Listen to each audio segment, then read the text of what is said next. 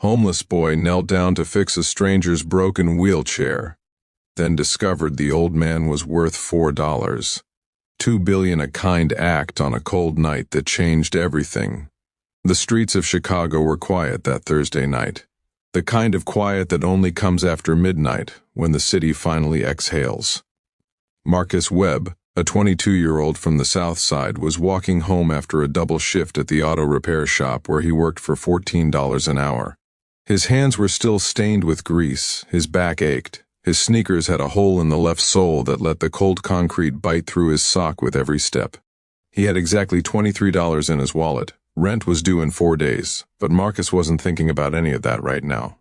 Because 50 feet ahead of him, underneath a flickering streetlight, an old man in a wheelchair was completely stuck. The man looked to be in his late 70s, maybe 80.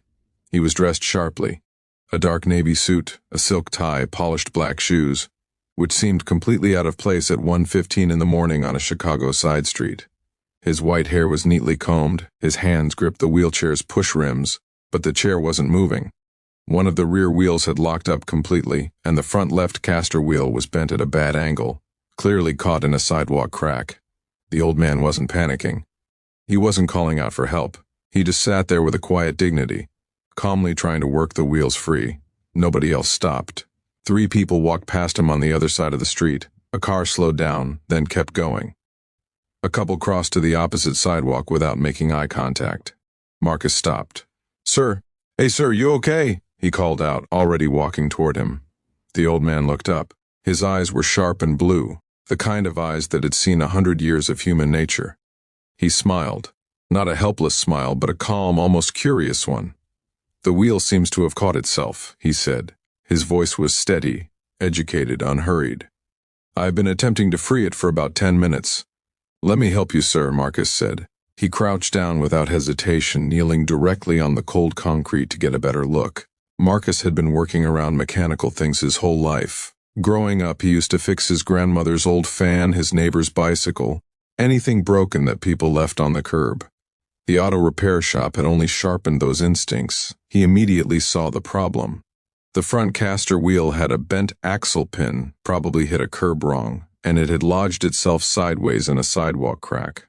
The rear wheel's brake mechanism had simultaneously engaged from the jolt, locking it in place. "Take me a minute," Marcus said. "I got it." He pulled a small multi-tool from his work jacket pocket, the one thing he always carried, and got to work. He carefully bent the axle pin back into alignment, cleared the debris jamming the caster, then reached under the chair and manually released the stuck brake lever. 5 minutes. That's all it took. He stood up, gripped the handles, and the wheelchair rolled smoothly forward. "There you go, sir. Good as it's going to get tonight. You should get that caster properly replaced, though. I can write down what part you need if you want." The old man turned around in the chair to look at Marcus fully. He studied him for a long moment. The grease-stained hands, the worn jacket, the hole in his shoe. "What's your name, son?" he asked. "Marcus Webb." "And what do you do, Marcus?" "Auto mechanic. Over on Halsted." The old man nodded slowly. "How long have you been doing that?" 4 years, since I was 18. "Do you enjoy it?" Marcus paused. Nobody had asked him that in a long time. He said honestly, "I like fixing things. I like knowing how stuff works." The old man extended his hand. "I'm Edward Hargrove." Marcus shook it. The old man's grip was firm. "Can I call someone for you, Mr. Hargrove? It's pretty late to be out alone. My driver is 3 blocks away. I prefer to roll myself when the weather is decent." He paused. "Would you walk with me those 3 blocks, Marcus? I'd enjoy the company." Marcus looked at his watch. He had nowhere urgent to be. "Sure," he said. They walked, Marcus walking slowly alongside the wheelchair, and Edward Hargrove asked questions. Not small talk, real questions. About Marcus's life, his work, his goals. About why he hadn't gone to college. About what he would do if money wasn't a limitation. Marcus answered honestly. He talked about how he'd wanted to open his own auto shop since he was 16. How he had a business plan written in a notebook at home. How he'd been saving for 3 years, but the numbers never quite got there. how his mom had gotten sick last year and wiped out everything he'd put aside. Edward listened without interrupting. When Marcus finished talking, the old man was quiet for a moment. Then he said, "Do you know who I am, Marcus? You said your name is Edward Hargrove. Does that mean anything to you?" Marcus shook his head. "Should it?" For the first time, Edward Hargrove laughed, a real, genuine laugh. "No," he said. "I suppose it shouldn't have to." They reached the black SUV idling at the corner. A driver in a dark suit stepped out immediately. Edward took a business card from his inside jacket pocket and held it out to Marcus. "Come to this address on Monday morning, 9 o'clock.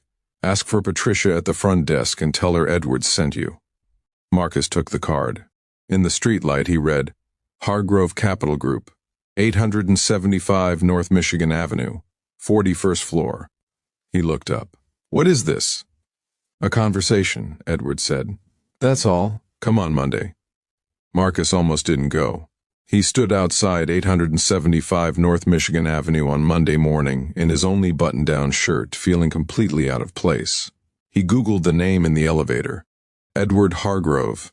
Net worth $4, $2 billion. Founder, Hargrove Capital Group. Named one of Forbes's most influential investors of the decade. Marcus stared at his phone screen. His hands were shaking when the elevator doors opened on the 41st floor. Patricia was expecting him.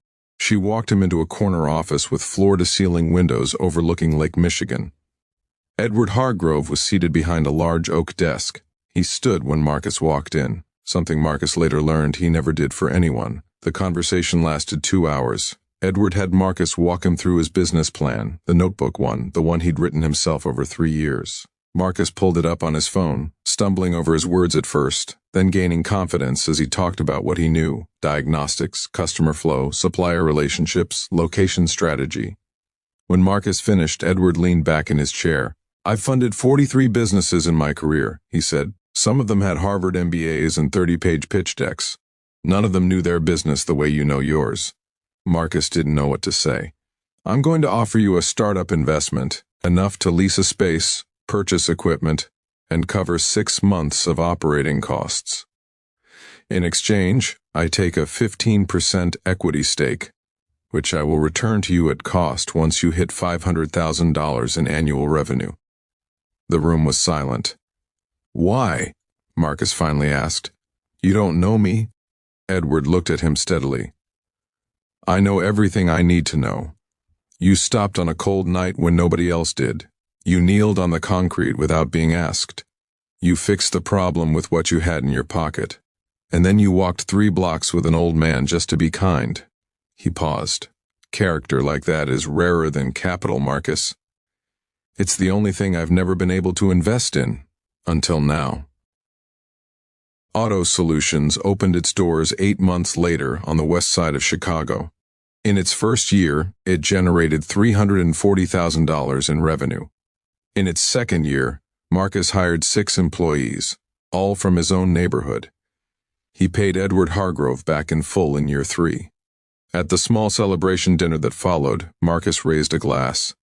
"To a broken wheelchair," he said. Edward Hargrove smiled. "To a young man who stopped." Sometimes the moment that changes your entire life looks like an inconvenience at midnight. Stop anyway.